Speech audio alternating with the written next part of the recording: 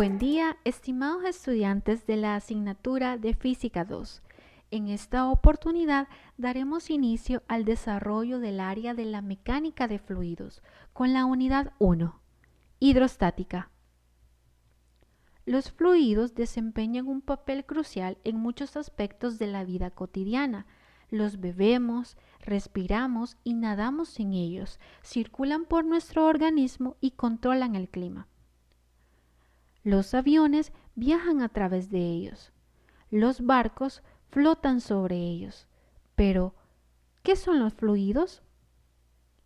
Un fluido es cualquier sustancia que puede fluir.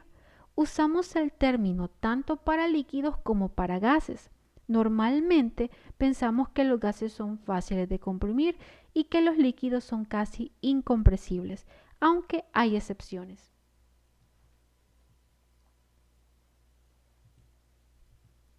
Nuestro estudio inicia con la estática de fluidos, o sea, el estudio de fluidos en reposo en situaciones de equilibrio. Al igual que otras situaciones de equilibrio, esta se basa en la primera y tercera ley de Newton. Exploraremos los conceptos claves de densidad, peso específico, viscosidad, tensión superficial, capilaridad, presión y flotación. Primero debemos conocer cuáles son los estados de la materia. En principio, toda sustancia puede existir en tres estados: sólido, fluidos y plasma. Los fluidos abarcan la fase de líquido y de gas. En estas dos unidades de mecánica de fluidos, cuando nos refiramos a fluidos, solo estaremos hablando de líquidos.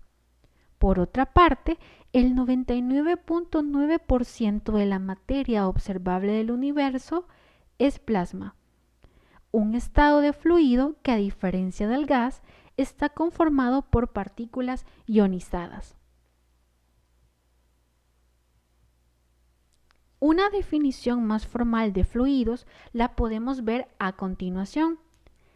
Es aquella sustancia que, debido a su poca cohesión intermolecular, carece de forma propia y adopta la forma del recipiente que lo contiene.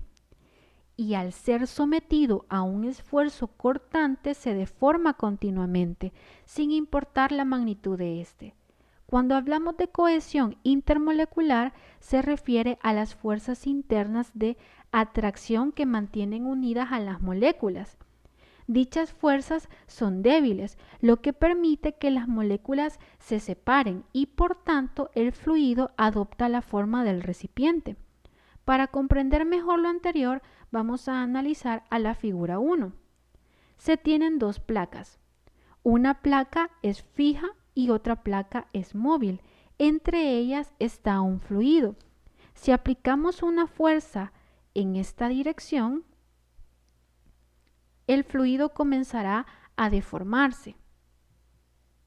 Podemos ver cómo esta línea se deforma al aplicar esta fuerza tangencial a la superficie y el fluido comienza a fluir. Puede surgir la pregunta: una vez que comienza a fluir, ¿fluye infinitamente? Bueno, resulta que no fluye de forma infinita, debido a una propiedad denominada viscosidad, de la que estudiaremos en otro video. Como mencionábamos en la diapositiva anterior, un fluido es parte de un estado de la materia la cual no tiene un volumen definido, sino que adopta la forma del recipiente que lo contiene. Eso lo podemos observar en la siguiente imagen. Podemos ver cómo el líquido adopta la forma del recipiente, no importando si es recta, espiral o inclinada. También los fluidos tienen la capacidad de fluir, es decir, pueden ser trasvasados de un recipiente a otro, como se observa en la siguiente imagen.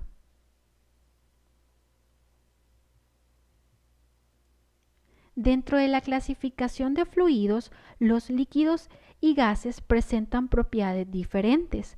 Ambos tipos de fluidos tienen la propiedad de no tener forma propia y que estos fluyen al aplicarles fuerzas externas.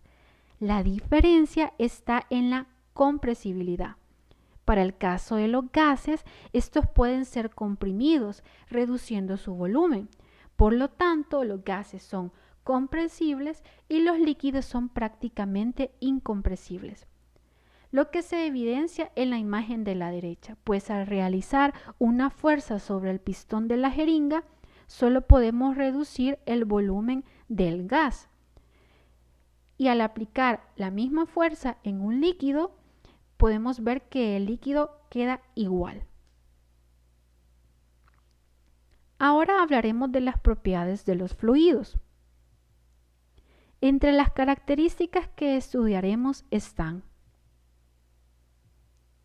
tensión superficial, densidad, viscosidad, capilaridad, peso específico, cohesión y adhesión.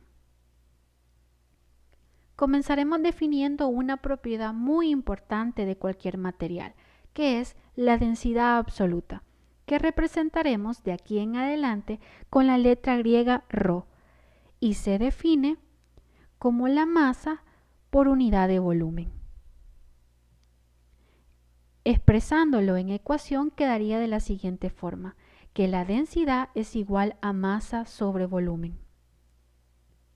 Sus unidades en el sistema internacional son kilogramos por metro cúbico.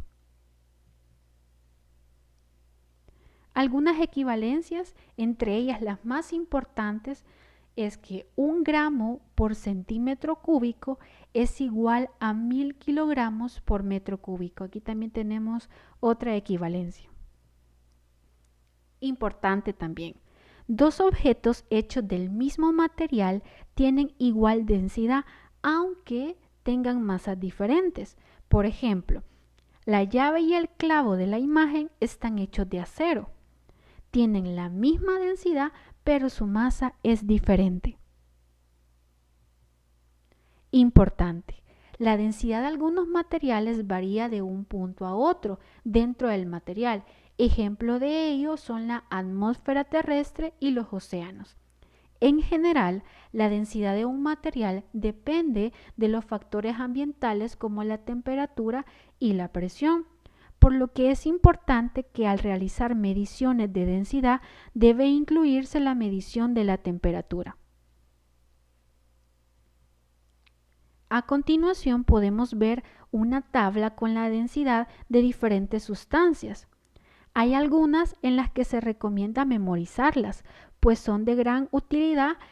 Entre ellas están la del aire, la del agua y la del mercurio. Otro término muy importante es la densidad relativa. La representaremos con la letra delta y se define como el cociente de la densidad absoluta de una sustancia y otra que se toma como patrón. Expresado en ecuación quedaría de la siguiente forma. Al ser un cociente entre dos magnitudes iguales, es importante destacar que la densidad relativa es adimensional. Las sustancias que se toman como patrón son dos y depende de la sustancia a la que le deseamos calcular la densidad relativa.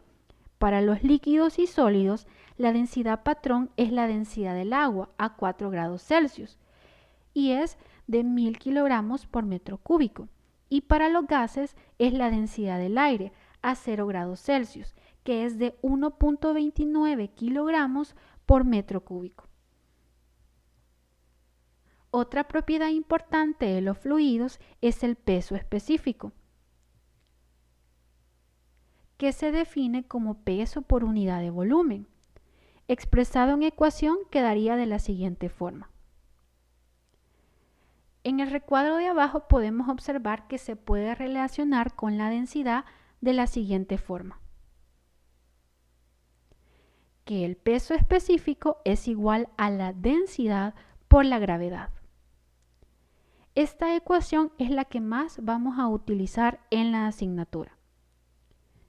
Importante indicar también que sus unidades en el sistema internacional son newton por metro cúbico.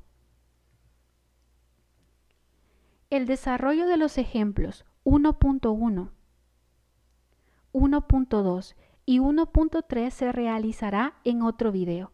Hasta la próxima.